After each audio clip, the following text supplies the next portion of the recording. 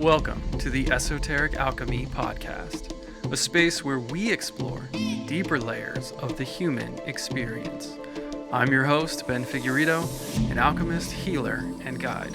Join me and my guests to the fringes of science and magic, the depths of the inner world.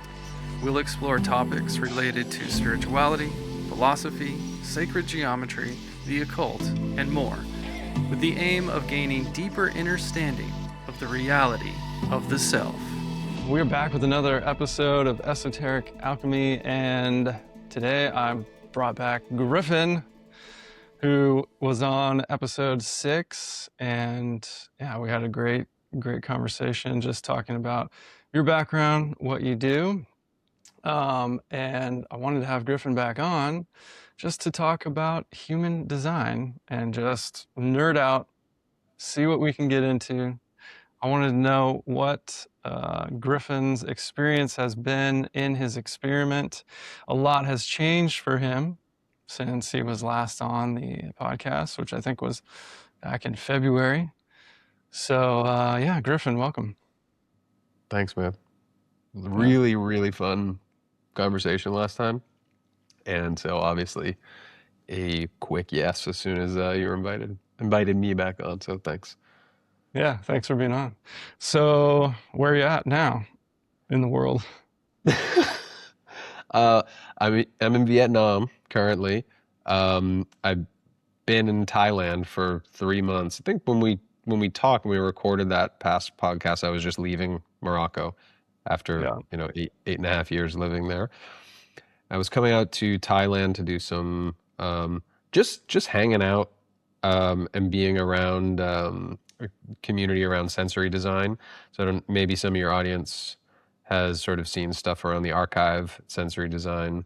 So the Pasha Ershan founded sensory design, basically combining body, nervous system regulation, pressure management, biomechanics, sensory mechanics, to start to get people to feel like physically feel their inner authority and physically feel all of the conditioning that comes up in the body and the nervous system when you are not behaving authentically versus when you're behaving more yourself. So if you listen to our last episode, obviously that's right up my alley. So I was going out there to rent one of his bungalows and hang out around him, and he had a couple people doing a full-on in-person intensive as well. So one thing led to another. It clicked, and over the past few months, I've sort of become the resident projector for the intensives, and I've also been teaching a bit on their online community. So that was a very aligned invitation. So I've been spending the past 3 months helping intensive participants kind of integrate what they're doing with their sessions with Pasha, like they're doing formal training with him, and then I've been part of a facilitator team that's been taking them to sunsets and taking them to on walks and going to waterfalls and different go get coconuts and chop them open and drink them right from the coconut, like all these like beautiful nature Thailand-esque things that really support the sensory design training. So that's kind of been my role, and we're expanding the in-person stuff. So I need a longer term option to be in Thailand, which I have run into many mishaps over these past 2.5 weeks of leaving Thailand at the end of my tourist visa and then trying to come back on a longer term visa, but it is not as easy as I thought it would be. So I'm in Vietnam right now. I'm about to take a 24-hour bus ride to Laos to try applying again from there. And I'm really hoping to be back in Thailand within the next couple of weeks. Yeah, man, that's quite a journey. We were talking a little bit before we started recording, but yeah, so you're trying to get a longer term visa. What is that? What does a tourist visa look like? Just 3 months? Was that? It's actually not even a visa. So you go in visa free, and they just changed it yesterday. So if you're a tourist just coming into Thailand, you can be in Thailand for 30 days. And then if you want to extend that, you can extend it by another 30 days, and you have to go to immigration office and pay like 40 Oh, bucks. And yeah, and they'll extend it another. So you get a total 60 days, then you got to leave. And what I'm hearing now is they're flagging people who are just kind of border hopping and coming back. So like, okay, I do 60 days, then I fly, to Vietnam for a day, I come back and do another 60 days. They're flagging that stuff. mm, So they have several visas, digital nomad visas and retiree visas, and um, the one that I'm applying for is basically a cultural visa where it's, you're doing cooking classes or Muay Thai classes. And, you need to prove that you're registered to do that and you have a place to stay and that you have a certain amount of money. Just basically, they're trying to not let people in who are going to take advantage of the Thai economy or Thai people or try to set up businesses illegally or anything like that. So yeah, it's stricter than I was led to believe. yeah, that's fun. Well, so we were talking, so, you've been on this journey of life that is like really out of your control and, learning to your splenic authority. So learning to listen to your splenic hits in the moment. Um, yeah, what's one of the biggest lessons that you've been learning through all of this, and how has your not self mind been operating during Yeah. this? Yep. Good. I'm really glad I got the practice telling you all about it before we started recording. Now, hopefully I can be more concise, but yeah, I mean, there are a couple things. My not self lately, I think we all have a certain threshold. We all have a window of tolerance. I think I might have talked about that in the last episode, where there's just a certain level of chaos or stress or whatever that we can tolerate deep in the nervous system. And that's just different for everybody. So like you spill milk, some people, that's outside their window of tolerance and they get riled up. Other people, it takes a lot. Their house would have to be burning down for them to even get stressed out. So we want a big window of tolerance. And I'm just noticing like, man, all this stuff, like I haven't really been thrown out of my window of tolerance for like a very long time. And this situation is doing that. And so observing my behavior, when I'm faced with something this stressful is like, whoa, yeah, I haven't really experienced this in quite a while, and one of those things is rushing. And I have a defined route, so it's a little bit different than like taking on others' urgency. I feel like I have both pressure centers. So I have the head defined, the root defined. And so there's pressure to solve problems and there's pressure to move. And like both of those can get really distorted.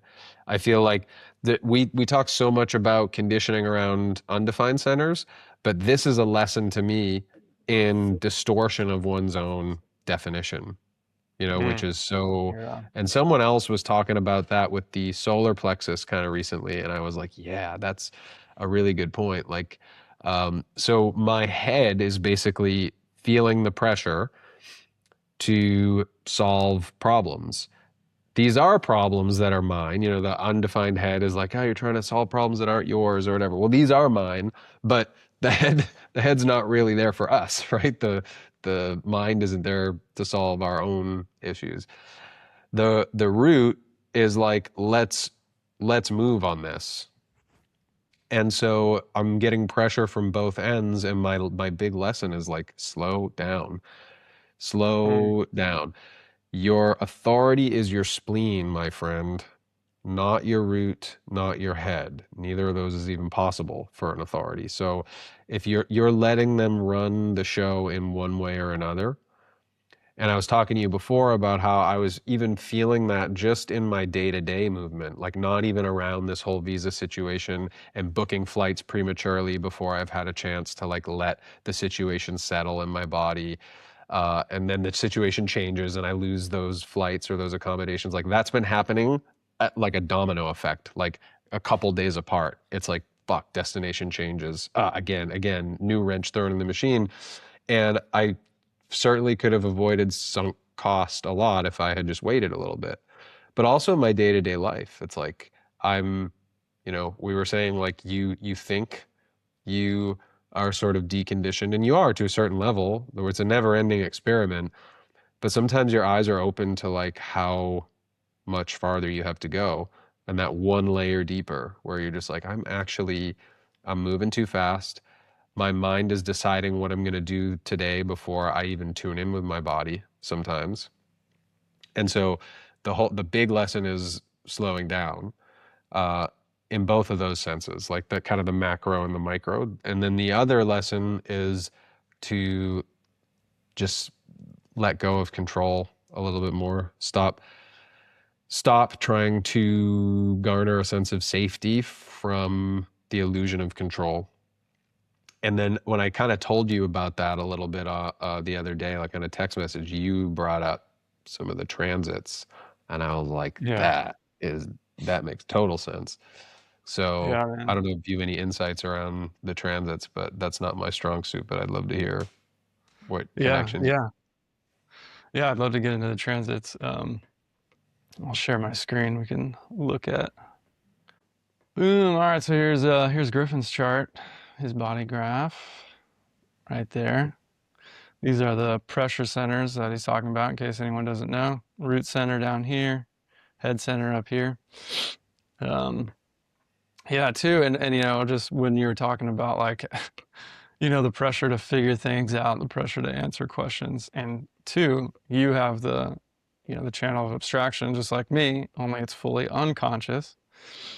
But still, that, pressure to resolve the confusion, come up with realizations, that only happens over time. This channel is part of the circuit, the abstract circuit, which is the energy of that is very cyclical in nature, and it's all about the human experience, right? This stream is part of the same circuit, the human experiential way. It's all about having the experience. So the confusion doesn't even come until we're having the experience, right? So when you're in the middle of the experience, that's when you're having the confusion. The realizations and the ideas that come from those realizations don't even happen until after the experience is completed. Right. All right. So it's like we have to go through the experience, and then all of that pressure gets resolved as the images sort of fall into place and click into place, and the confusion kind of just dissipates, right? And then we go, oh, now I understand what that experience was all about. So it can be very difficult, as you're going through the experience, to want to figure out, why am I going through this right now? Instead of just sitting back and enjoying the ride. Bingo. Yeah, so let's take a look at the transits, because the transits have been pretty strong right now. I mean, so look at this. You got all centers defined with the transits. Yeah, I was just looking at it because right now, so we just moved into the nodes. The nodes just shifted gates, like, I want to say a couple days ago, a week ago maybe. Yeah, about a week ago. Yeah, on the 14th. Yeah, so a week ago. So they just shifted into 55 and 59. And you have gate 6, which is hooking up to gate 59, and so this is defining your solar plexus, your emotional center. Gate 6 is the gate of friction, right? It's the gate of friction, the gate of conflict. It's emotional challenge. So activating that through that gate, is probably, and in the nodes, nonetheless, right? The nodes are all about our environment and where we're headed, where we're coming from, and where we're going. So, this is the south node in 59. So, in your environment, you're seeing a lot of friction out in the world right now, would you say? Yeah. You're experiencing a lot of that friction. So, Lightly, yeah. Yeah. And it's cool. I love looking at the transits because, one, for me, when I'm aware of them and I can stay aware of them, or even if,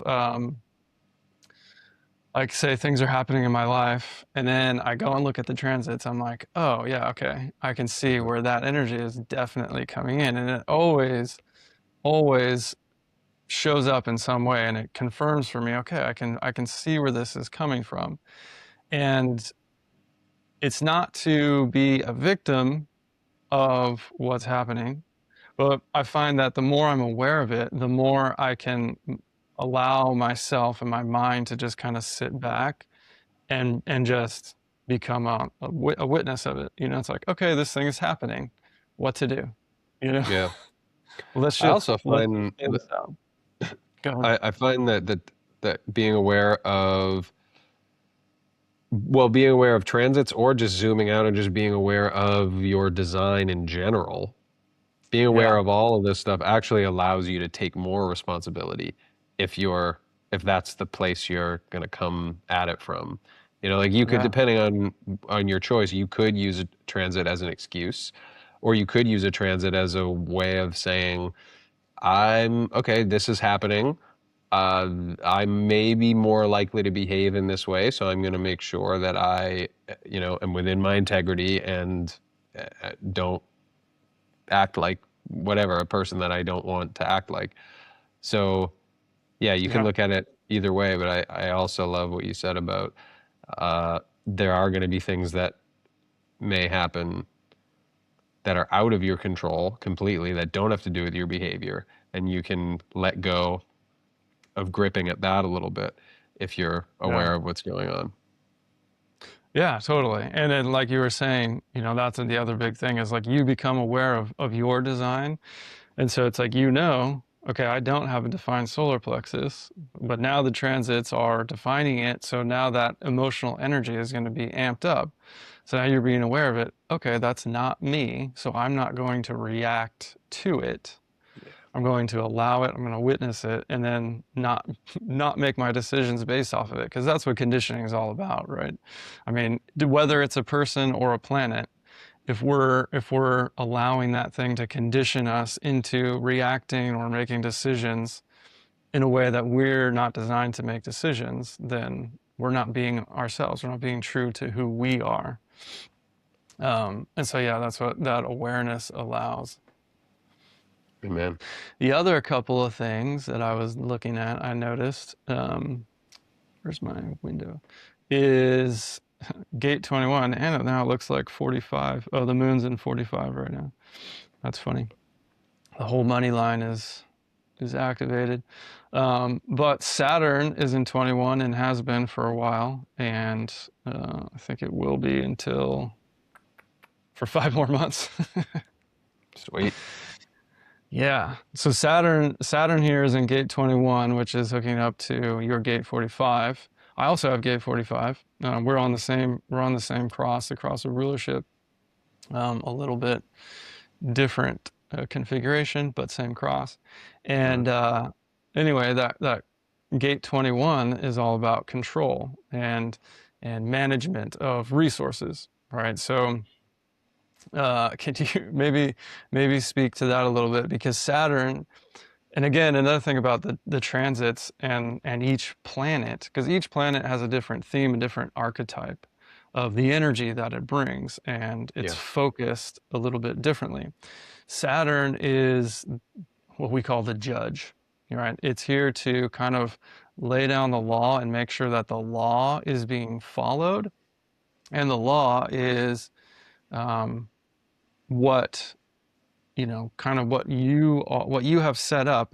It's actually really cool. So Venus is the planet of values. That's one of its themes, right? So Venus, wherever your Venus placements are, whatever gate that has activated in your body graph, that kind of gives you like your values as a person. Like, what do you value the most? What do you want to bring to the world? What do you hold high? And then Jupiter is where it brings in the laws. Like, these are the laws you have to follow. You know, this is like part of who you are. This is how you remain in integrity, making sure that you are sticking to these laws. And if you don't, then Saturn comes along and judges you and makes sure it's like, okay, if you're in alignment, living who you are according to your values and your laws, Saturn's not gonna have to correct you, right? And so whenever Saturn comes along and enters in these different gates, it's bringing sort of this judgment, correction, looking at your life and saying, all right, where are you out of alignment, and how am I going to teach you? And you know, what lessons you need to have in your life to kind of put you back on your path of alignment. So Saturn being in 21, all about this energy of controlling and managing resources. Where do you see that showing up in your life right now? Well, I always have an issue with gate 21 because a couple, like, imagine if you look at my chart without the transits, you don't have to put that on the screen, but if you would see that gate 21 is the only gate that is missing from me being a manifester. So you have, yeah. So we've got all of this energy, right? I mean, this is an energy projector with the, yeah. I mean, I've got the heavily defined ego, heart center. I've got the root center. I got a lot of stuff that I want, a lot of stuff I want to do, I want to say to people, and it's all that part of my definition is all one. So my identity, my willpower, and my desire, all connected to my intuitive knowing, my inner authority, basically the thing that tells me what's right and what's not. And that's all starts from this just boom, this pulse of root pressure to do something. And then that little gap there where gate 21 is the, you would be able to do that. You would, but you got to wait. Someone's got to want to hear it. Someone's going to ask you for your opinion. Someone's going to inquire within. And so how easy is it? I mean, projectors in general, like even the ones who, you know, we're either conditioned to be manifestors or generators, usually a combination of both. But even if you're just not, it doesn't matter what the specific conditioning is. It's like we see so much that we're gonna try to initiate anyway. Like projectors just trying to initiate is just a thing, right? And then in human design, we often reach for what we are not, especially with electromagnetic channels. Now it gets a little bit weird because the hanging 45 is often undefined center. It's dormant. It's not a part of me as much as my defined gates are, blah, blah, blah. But in general, we look at that. I always feel myself reaching for that 21 because that's the thing that sort of mechanically turns me into somebody who initiates. And it's just really funny that gate is also the gate of control. So imagine what it's like. This is what it's like to be me, is like this fiery, pent up energy projector who is like waiting to be invited and wants to initiate so bad, and the thing that I'm reaching for that initiation with is like gripping for, how do I control stuff? How do I control resources is a big part of this experience too, because I am not, like, my Instagram, people probably look at my Instagram. No, they definitely look at my Instagram and they think, fuck this guy. He's living the dream. He's traveling. He's in Thailand. He's post delicious food, the fruit. Oh, the dragon fruit, the coconuts. Oh, he's just going to sunset every night. What a life. I wish I could live that life. And I know they think that because I'm a second line and there's the projection field, and people think that they know me by whatever they want to see. That's just unavoidable, and that's something we can talk about if the conversation goes there too. So there's that piece. I am not financially. I'm not a bougie dude. I mean, maybe I have a little bit of bougie taste because I'm a second line as well. But like, I'm And a not defined ego. rolling in money. Like the success that I'm feeling and finding right now is so much more profound than money, and the money will come. I'm cross a rulership just like you. We are moving toward overseeing a lot of money, a lot of resource, let's say. Yep. But right now, that's not the case. So I'm over here, like, how do I manage every dollar? Like, and every time I book something and then I have to change location because now your visa's rejected and now you have to go to a new country, and then I book for that country, and I'm like, okay, now I feel in control. Now I feel like, all right, this will cost this much, and then this much, and then I'll still have this much left over, and then I should be good until the next, like, whatever time I book something that pays me. And then, oh, nope, just kidding, you have to go to another country. So now that's a sunk cost, and it's very resource-based, this experience right now. And it's like the reason that I'm giving in to this rushed sort of ignoring my body, ignoring my authority, this anxiety is because it's making me feel like I have control over my resources. Whereas I'm not watching the movie and trusting that, like, it's almost like the money that I have right now is the only money I'll ever have. So I have to make sure, like, it's just going to deplete until the rest of my life is over, and like not zooming out and being like, oh yeah, money's still going to come in. Like I'm just getting started, you know? Success in multiple forms is on its way, but that takes a lot of trust. And it takes a deep subconscious trust in that to actually let go and trust that your body's going to take you there. And that's not what I've been doing. So that is Saturn. I think what Saturn is hammering over my head right now. Yeah, that's good. I feel that too, for sure. Yeah. Yeah, man. Oh, man. Has it shown up? Has it shown up for you in similar material ways? Yeah, I mean, where I'm at right now, we can look at, I mean, my chart's almost the same as yours. A little bit different.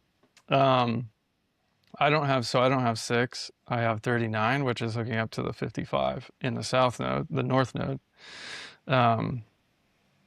So I've been feeling that too. But the Saturn thing, yeah, man, just in the control of wanting to manage my resources, to actually have the resources, right? Because if we look at, I've been contemplating this a lot, so that 45, which is part of our cross, which is this cross of, or the gate of the gatherer, the gathering together, right? It's really, if 21 is the controller, the manager of the resources, the 45 is the owner, the one who actually has the resources.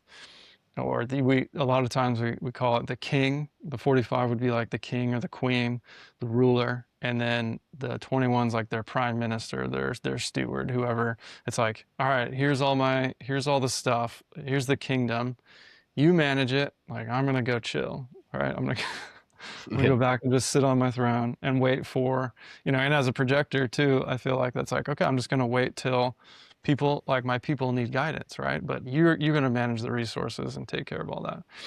And so with that missing gate, like you were saying, it is one of the points that would, one, make me a manifester so that I can actually do things that I want to do. And two, it's one of the gates that I need to to bridge my definition, right? To bridge my mind and bring my mind in, because my mind really wants that to happen, right? My mind really wants to be connected into the energy of the body, so it can be like, okay, I can get these ideas out. I can make sure that I'm heard, that I'm expressed, that everybody knows, what I have to say. But that right now, what I'm seeing is like, I've got all these, I'm on this journey, this healing journey for me right now of like, okay, here I am at my mom's house.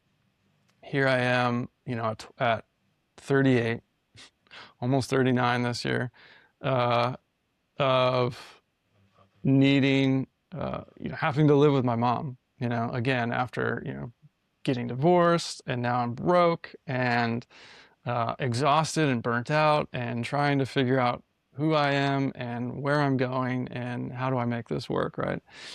And so I'm learning, really, really learning to just slow down and rest, like you were saying, and let my body heal and do what it needs to do. And then I get, some profound breakthroughs happen, some profound downloads, realizations, things that I'm like, oh, this is what I'm supposed to do. This is like part of my work and how I want to show up and bring things to the world. And then my mind comes in and wants to try to control it. And it's like, okay, this is what we're going to do. And if I can do this, if I can do so many sessions like every day, if I charge this much, whatever it is, then I'm going to be okay. I'm going to figure it out, and I'm going to get the money start coming in, and I'm going to be able to manage this. I'm going to be able to control how this happens. And I find that my mind does that every single time something good happens. It's like I'll get into this rhythm of, okay, I burn out, and I'm like, okay, I'm gonna surrender. I'm gonna just allow my body to lead, my inner authority, my spleen, to just guide me in the moment. And then it's like, oh, I get into this rhythm, like, oh, life's actually really good. It's okay. Things are happening. Things are starting to, come together. And then my mind is watching that, and it's almost like, okay, yeah. Like I was like, all right, thanks, universe. I got it from here. Like I can do it now. Right. And then it starts doing stuff. And then I burn myself out again because my mind doesn't know when enough is enough. My mind doesn't know where I'm going, right? It thinks it knows where it's going. Unlike you, I have an open G center. So I don't really have that love and direction necessarily inherent. I don't really, that's an interesting center because I'm not sure I fully understand it, but there's times where like I feel like I don't know who I am or what I'm supposed to do or where I'm supposed to be. It's kind of this lost feeling and a longing for home, a longing for a community, of like-minded people who understand. And I think one of the big lessons too that I've been learning through the Saturn transit in 21, but it's been coming up recently is that, I literally can't do this alone. Like I need people, I need partnership, I need community, I need to bring people, like the 45, I feel like I need to gather people around me to help fill in these gaps and be the ones to like manage things, be the one that I can guide to help bring in the dreams and the things that I have, the things that I want to do, not that I can't do any part of it, but it's like, if I wanted to be consistent or if I want to, like there's things I want to focus on that I don't, and there's things that I don't necessarily want to do. Like I don't really necessarily care to be posting on social media all the time. I would love it if I could just shoot a video and be like, here you go. Like just edit that and post it. And then I don't even have to think about it. I don't have to be on it. I don't have to worry about it. That would be awesome. Yeah. Sure would. So yeah, just realizing too, that was a big thing is like, I don't necessarily want to control it, even though my mind thinks it does, and it thinks that that's the only way it's going to happen. And it is all just based on fear, right? Hmm. Yeah. Yeah. That is very wise. I feel like however you reflect on deeper things going on with you, whether you journal, meditate, just talk to yourself, whatever it is, I think it's worth, and I think this applies to everybody, actually taking some time to like put yourself in the situation that you think you want.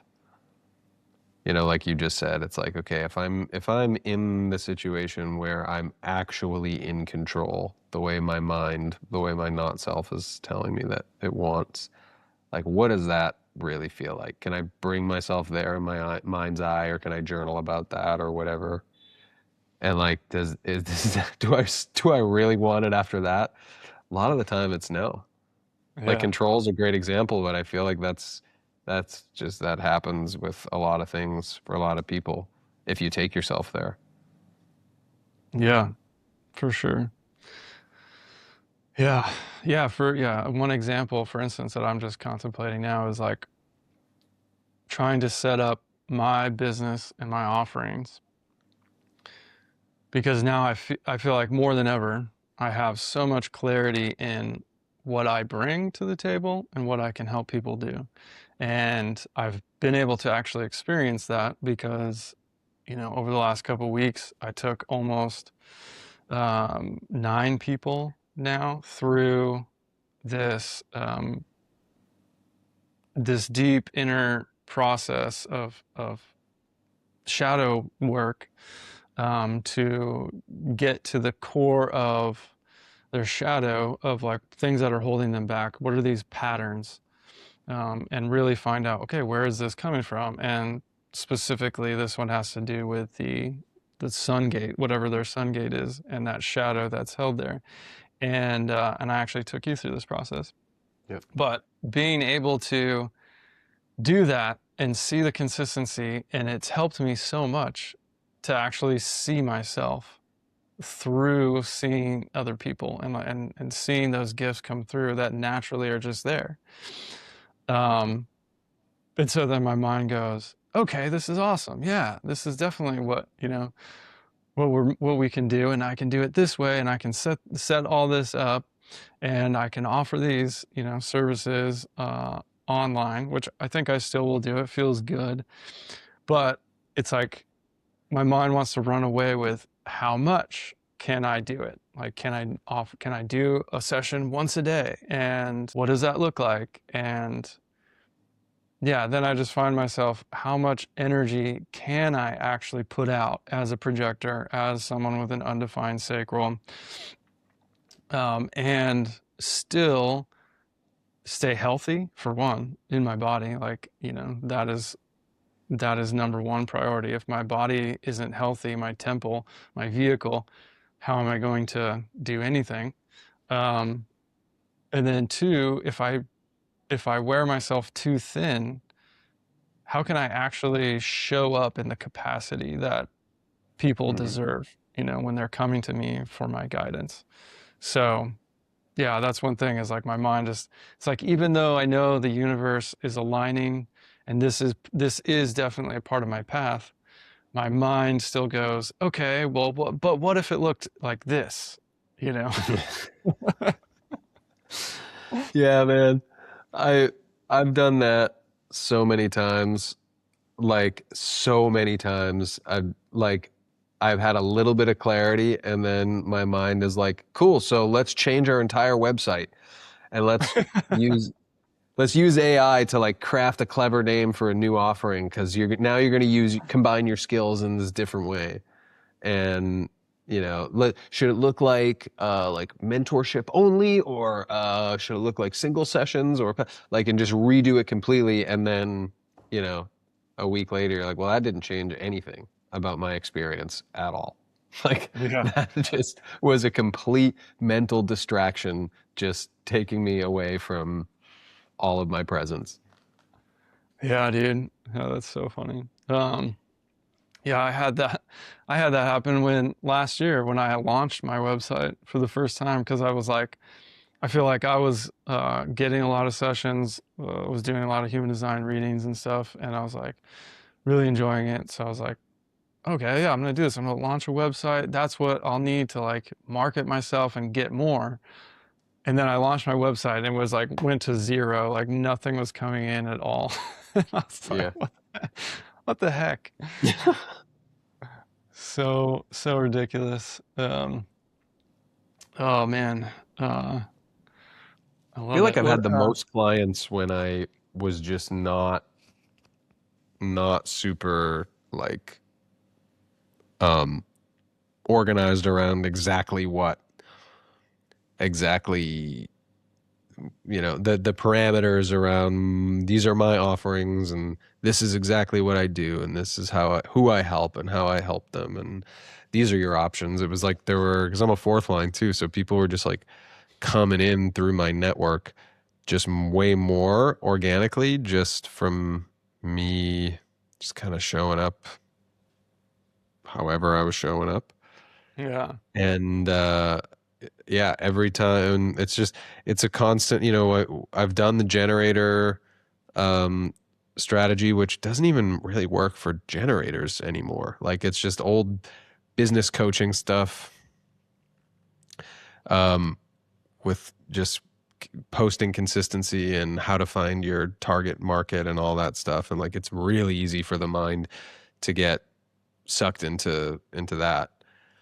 But then even beyond that, it's like, and I think you can relate to this too. You've been combining a lot of stuff. You've mastered quite a few systems, and sort of stacking them and how just like getting clarity around how they sort of synergize into something that is your own. That takes time. Yeah. That takes patience, and it's not clear. It's still not clear for me, to be honest. It's like every client, it's like sometimes it's a typical projector sort of coaching session. You're just sitting, talking, hearing them, hearing consistencies, guiding where the questions, maybe using human design, and others it's like completely physical. And so it's like just figuring out how that all, like trying to figure that out, which is not what we're supposed to do, is so tempting. And it always turns into like, yay, I finally have a nice package of what I can call what I do and how I can give it to people in a really official way. And all that does is like make my mind feel better in that moment and doesn't do anything else because it's usually just not correct. Yeah. Yeah, man. That's so true. Yeah. Not self. What a sick thing. Yeah. And life's greatest friggin' teacher, man. You know how they say that like, or some people will say that like our purpose here is to remember, to remember who we are. And like, I feel like one of the reasons I like human design is because it's helping us remember who we are through recognizing who we're not. It's almost like process of elimination. Can I remove the not self behaviors most of the time? So I'm never going to be perfect. I'm not going to demonize the not self. It's a teacher. But yeah, it's just like how it's a wonderful contrast. That's why I like the cool like binary nature of human design too, of just like everything's either this or it's not, it's there's a duality there. And it's like, yeah, how do you know the self without knowing the not self? So I think it's it's easy to get pissed at it, especially right now for me. But also it's just like how else can I see who I'm meant to be if I can't see who I'm, Right. not meant to. Yeah, dude, that's a good reminder. Yeah, in the Hindu tradition, they have a saying or philosophy. It's called neti neti, and it means not this, not that. And basically, it's like their way of. It's a philosophy of describing God or naming God, because it's like God is the ineffable. You can't really name it. It's just this mystery thing, right?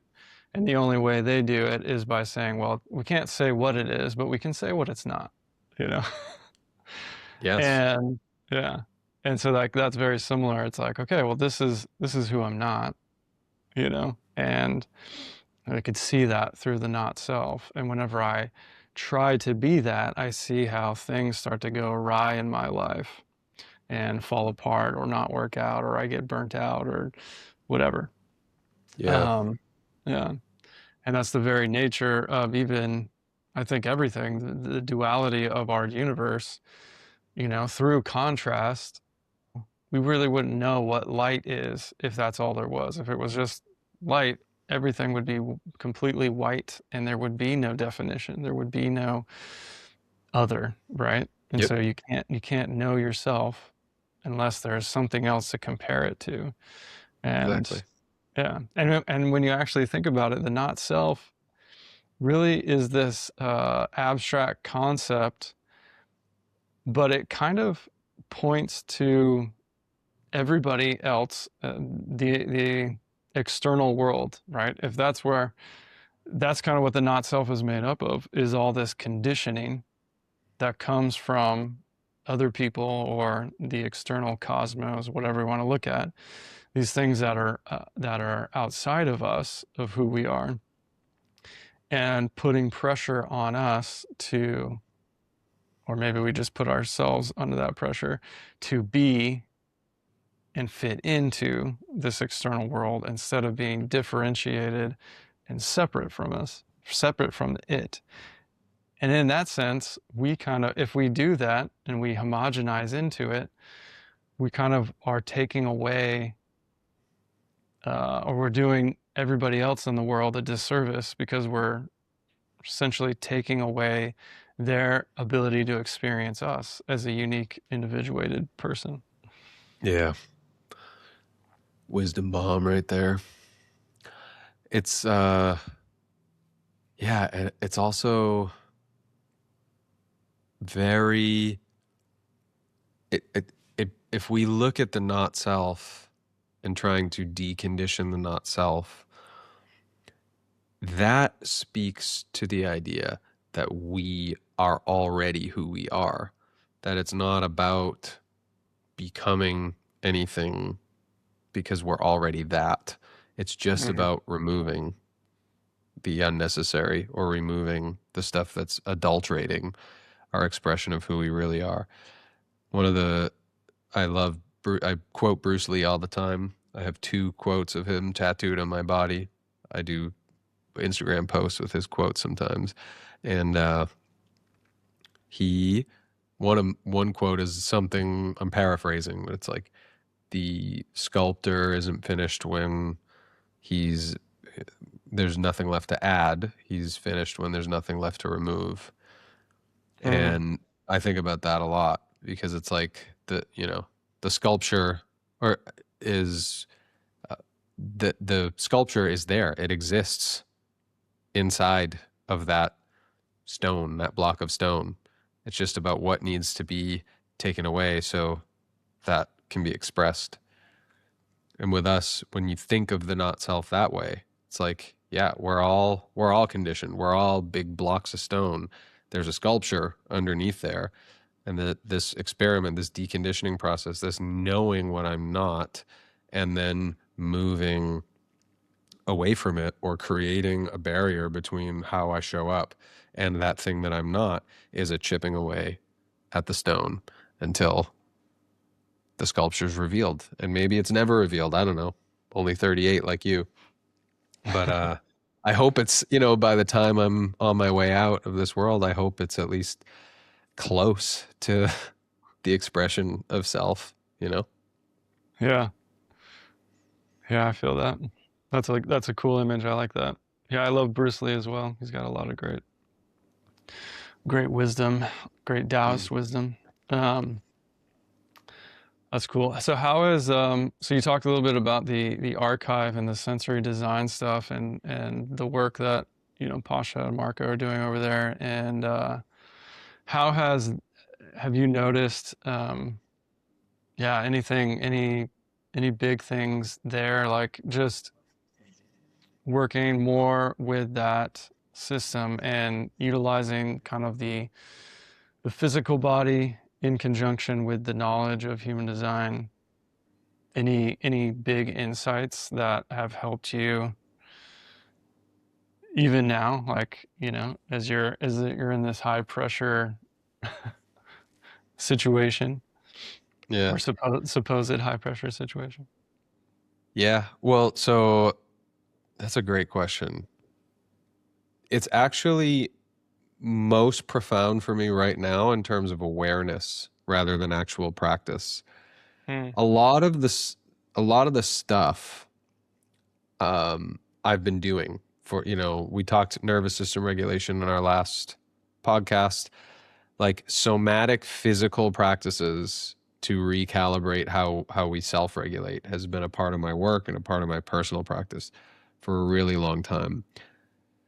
Having those tools, super helpful. The fact that my body is in the shape that it's in and I've done all of this foundational work is like, I would not be able to handle this if not for that. But here now, what I'm able to apply through sensory design is a way better understanding of the relationship between the conditioning, between the not self behavior, the gripping for control, the mind trying to take over, all of that, and what I'm actually experiencing physically. So like I had a little tweak of my low back in the gym. And like there's certainly a mechanical reason for it. I was doing experimental stuff, like completely in the laboratory. My gate 46 is a first line. So everything I'm going to do with the body, I've got investigator energy. And so I'm like, but I'm holding 20 kilogram dumbbells, 2 of them in my hands while I'm doing it, like doing experimental stuff that I should not have any weights in my hands as I'm figuring it out. I'm just like, yeah, we'll do this like loaded up heavy. So had a little tweak in my low back, but also through a sensory design lens, there's something energetic and or behavioral and or emotional. And so being able to connect that and my predisposition to that little mini injury, like being able to connect that to an undefined sacral and or distorted root pressure and or being really uncertain about which next step to take and trying to take the next step anyway and slipping metaphorically and tweaking something along the way. And then the pressure drills and stuff, just with sensory design, like reinforcing how to drive pressure into my sacrum to decondition part of that sacral stuff, where it's like, the other thing that's so cool about the system is like you can see where your conditioning is in your body and you can feel it. Like my sacrum has always given me a lot of issues. And the sacral's related to a few different places, but root sacral together are kind of like in that base of the spine.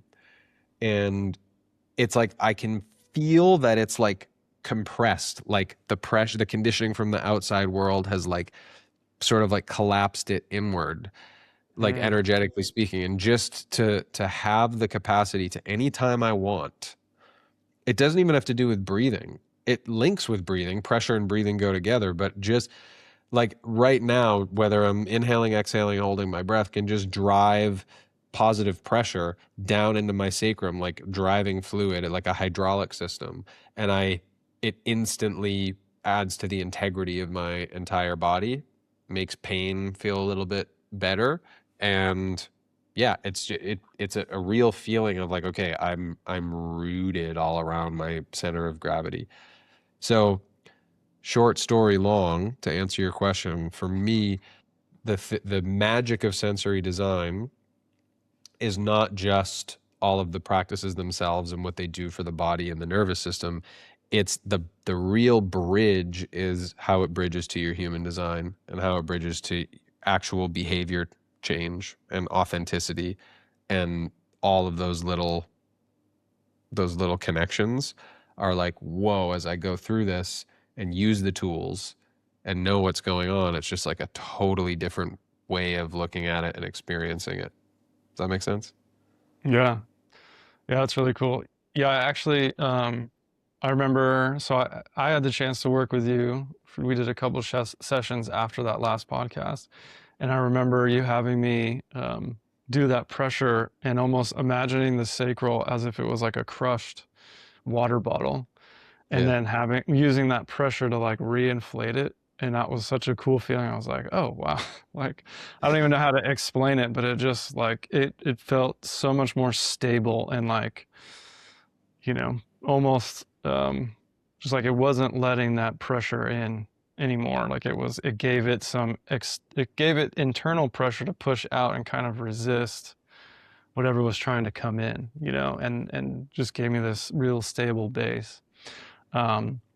Yeah, and then just speaking to, the work you guys are doing at the archive, and I've been doing mainly just the head and ajna drills over the last couple months. I haven't been super consistent doing it every day, but I have noticed a big difference, even just in the clarity of my mind. And, it's almost like adding that pressure physically in my head and learning how to just sit there with it has allowed my brain, maybe it may have even given my brain like a little more space. I feel like physically my face is changing. Like I feel like my sinuses are almost more open and I can feel like that air is coming in clearer or easier. But just thoughts, and I feel like the confusion, that channel of abstraction, the confusion realization, I feel like that is operating a lot more clearer, and I feel like my thoughts are coming through.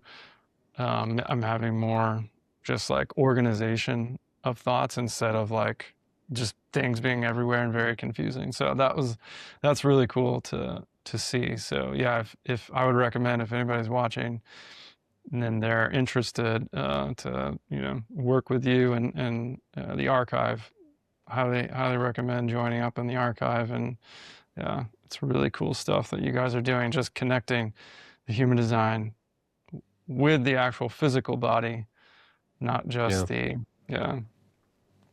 Yeah. Yep. I agree. And it's so cool that you're on there too. And you've been doing some of the work. It's brilliant stuff. And that's, that connection, they say there's nothing new under the sun. It's just about how we connect and how we frame. It's like, Pasha created sensory design by having he's a 1-3, so he's gone through all of this biomechanics, all of this pressure management, so much study of the body, all the way down to embryology.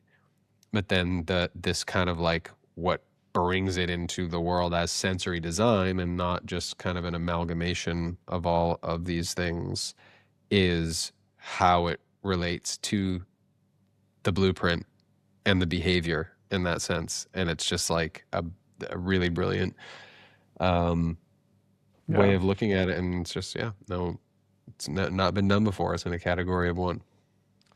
Yeah, for sure. And, just on another note, I see it just through my own studies and awareness of the subtle energy bodies, is that it's not as abstract as some people might think.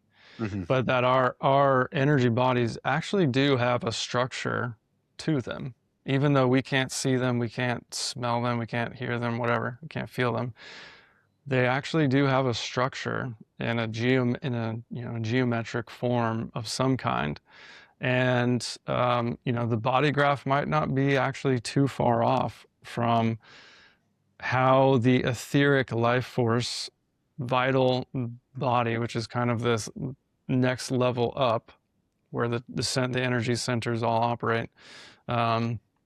Just in my own work, even being able to resonate, use the body graph as a map to resonate specifically with my pendulum and how I can test and find that. and then have correlation, the same thing. Like if I'm looking at the body graph, different centers, I can see if it's weak or strong. And then I can test it onto an actual physical organ. And I see, okay, so like say like the ego center, for instance, oh, the ego center is showing up weak. So I'm going to check the stomach. I'm going to check the heart. I'm going to check the gallbladder. I'm going to check the thymus gland. Oh, I can see, one or more of those is also weak. And then if I go back and I actually make corrections energetically to the body graph, then I go back and check the physical organ, it's now strong.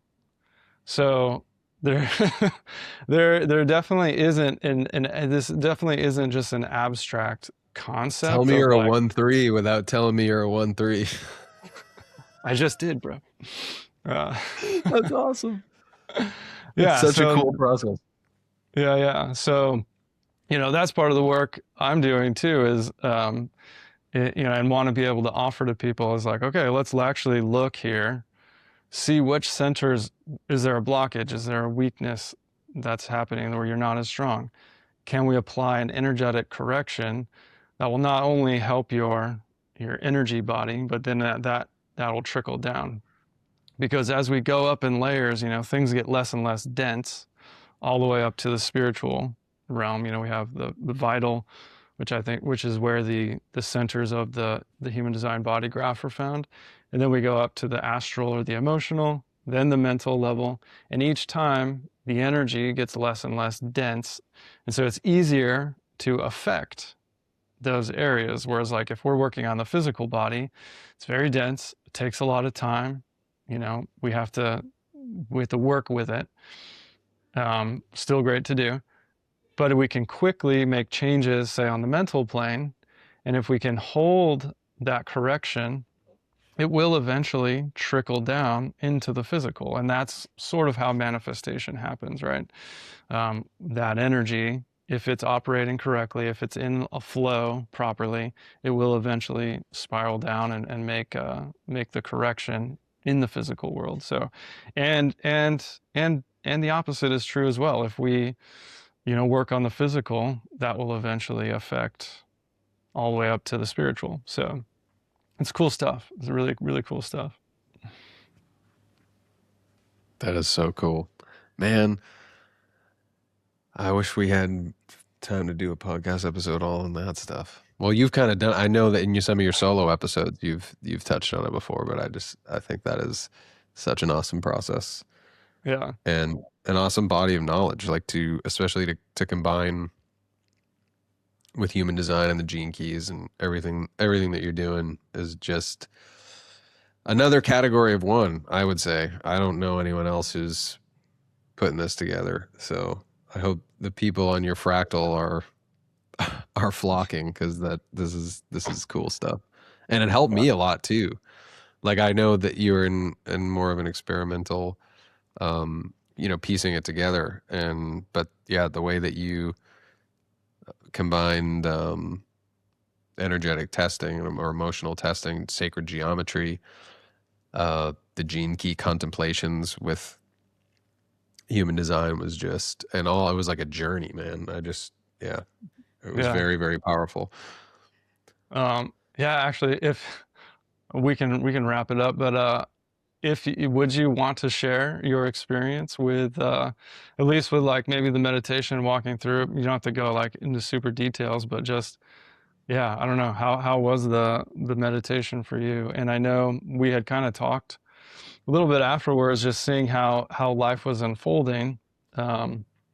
Because just the quick rundown for people who don't know, being able to release, or not, I keep saying release, but really it's transmute, transmuting the shadow pattern, this negative pattern that is subconsciously or unconsciously running our lives from a place of ultimately fear, right? Fear of something, whatever that is.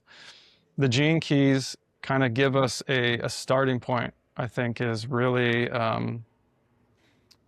probably the best way to describe it is it's like the gene key of our, in this example, the personality sun.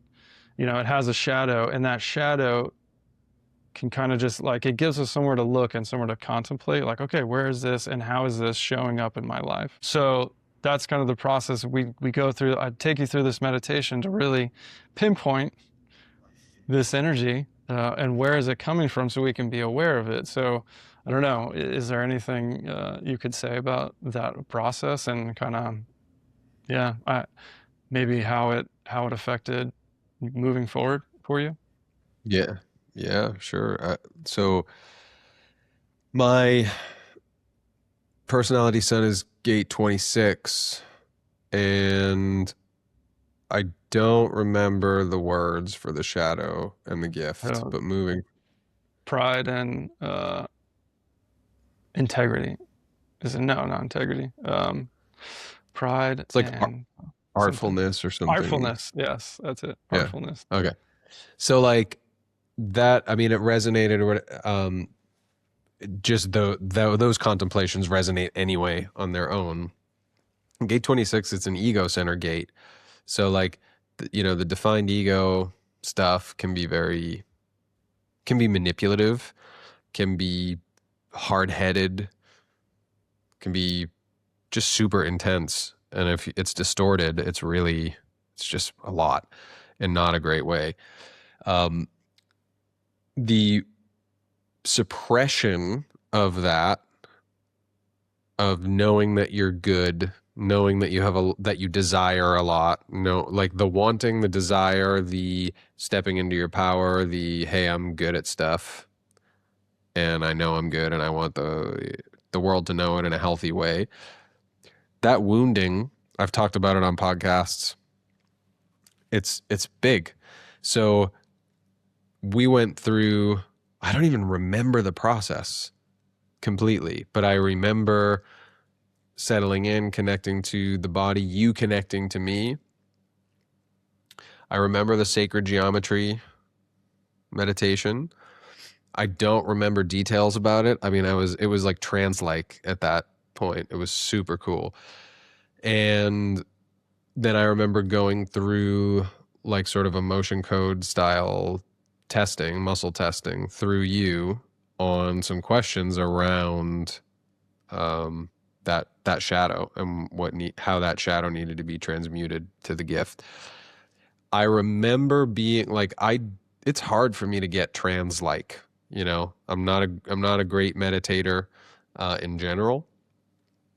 And I definitely felt in another world, which is why I can't remember a lot of details. Yeah, I remember when we finished, you were like, oh man, I'm just in like super parasympathetic, like theta brainwave. Yeah. Like someone else actually described it as like, it was almost like hypnotherapy.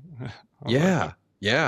I mean, I've never done hypnotherapy, but it's like what I hear hypnotherapy is like. And just, I mean, I've been working with the body forever. Like this has did some things to me that not even direct work on the body, this did to my body. One of which was like, I had like flu-like symptoms the next day, which is common in our work in the archive. It just depends on where you're at. So, yeah. And those symptoms are nothing in general, nothing to be afraid of. It's that something's being released, the body's responding to something's being, and it, that could be from something as simple as pressure drills in your head, or something as kind of nuanced and like the work that you took me through. And they're really detox symptoms, right? Yeah. I mean, if you look at any kind of detox protocol, it's toxins moving out of your body, and it shows up similarly. Yeah. Yep, that's exactly it. So like I mean, I was wonky that next day, and there was no question that that's what it was from. Like something was moving out of me. It was amazing. And something that we landed on in the session was self-consciousness. Like self-consciousness was keeping me from moving from pride to artfulness. The way I interpreted that is like, my pride is protecting myself. I'm trying to craft a self-image that I feel is acceptable to other people and will keep me safe. And that's not the expression of heart center energy. Especially with a second line, that's like just adds to it. I mean, I know there's specifics about the second line in these gene key expressions, but just speaking in general, second line has gifts, and we want to hide because we're just afraid of being seen. We're afraid of being seen in the wrong ways, like projected on, and also there's just a lot of not wanting to be seen and a reluctance to share your gifts. So it's like always trying to manage my self-image. Like, yeah, I'll share if I can be seen in this way, like managing others' perception. That's self-consciousness in a way. And to move to artfulness, like to be expressive, to make art, to be artful, like you got to let that go. So that's kind of what we arrived at as like the linchpin. And then I felt the detox symptoms. And then I think I shared this moment with you where I knew something had shifted. Was I was leaving a breakfast restaurant and I was by myself, and I could feel the eyes on me. And this is something that I've been working on, like heart center wise anyway, is just, okay, I've got big heart/ego center energy. People see me. They either, whatever, not everybody, but it's like a competitive thing or just a noticing. I was trying not to judge. Do they love me? Do they hate me? Do they want to be me? Do they want to fight me? All of those things are possible with like heart center energy. And I walk by and I'm like, almost shrank back to self-consciousness. And I had a moment where I was like, nope. And I did like a weird, like I pushed the door open and like did a little fluttery dance and just marched through the door all flamboyantly. And at that point I was like, wow, I really don't give a shit that these people are looking at me. Like, let them look. And so that was like the integration, one of the integration moments that stuck out to me, where it was like so clear, like in the moment I was witnessing myself, like move from self-consciousness to artfulness, like so in practice. That's awesome. Have you ever seen, it reminds me, have you ever seen Tombstone, the movie? No. It's like an old Western movie. I don't know, there's this one part where this like, one of the outlaws is like, he's drunk and he comes out and he's like, I feel capital. Yeah. Like that's what I just imagine you like walking Yeah. out. It's like exactly the vibe it was. Yeah. And it was just so cool. I really felt like I was witnessing it, it was just like really interesting. So yeah, highly recommend going through that to anybody listening. If you have the means, the opportunity. Yeah, that's powerful. That's so cool. That's so cool to hear. And I know at one point you said maybe like, I know there's a lot of things going on in your life. You mentioned like, just there's been a big timeline shift for you. But yeah, one thing that I've noticed for me, because I went through it, you went through it, and I've now led other people through it. But what I'm noticing is like, if we can transmute that shadow, it kind of like releases this block, this big thing that's kind of been holding us back, something that we've been afraid to, we don't even really know it's there, really. We don't see it because it's in the shadow, right?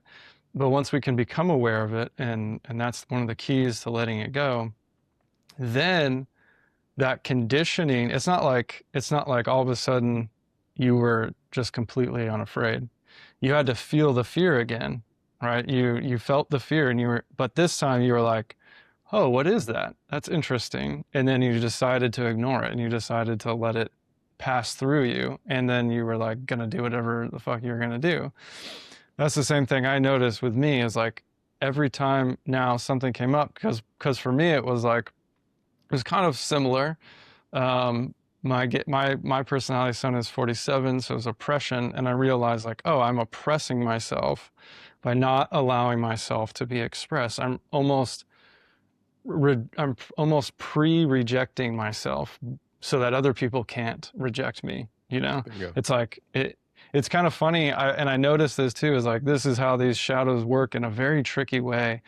Like with pride, you would think like, oh, with pride, you would be out there and being very prideful and expressing yourself. But it's almost like it shows up very sneakily in how it can happen. And almost backwards, right? So it's like, oh, I'm afraid of being rejected, and in giving into that fear, I'm being rejected, but I'm being rejected by myself.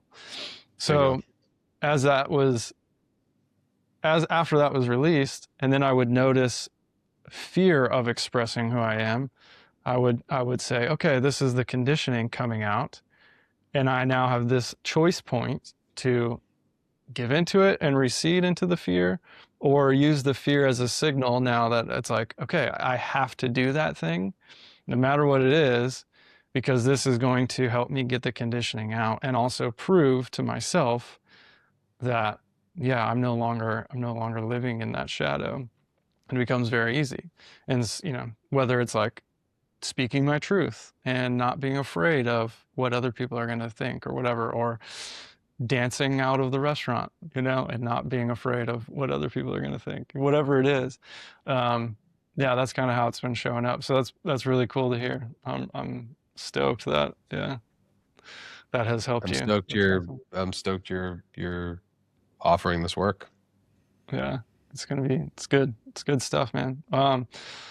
All right, Griffin, well, I'll let you go. I know it's getting late over there. It's 9:30 at night, and it's 9:30 in the morning for me, 9:30 at night for you.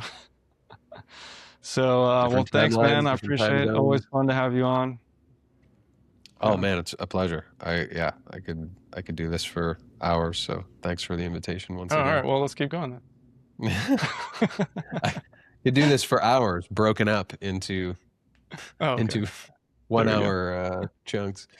Yeah, man, if I didn't need my sleep, watch out, world. You guys are lucky. You guys are lucky this isn't a 4-hour podcast. I'm a projector at night. Yeah, keep an eye out for another one, as I'm sure we'll do more. I hope so. All right, bro. Well, have a good night, and we'll talk soon. Thanks, brother.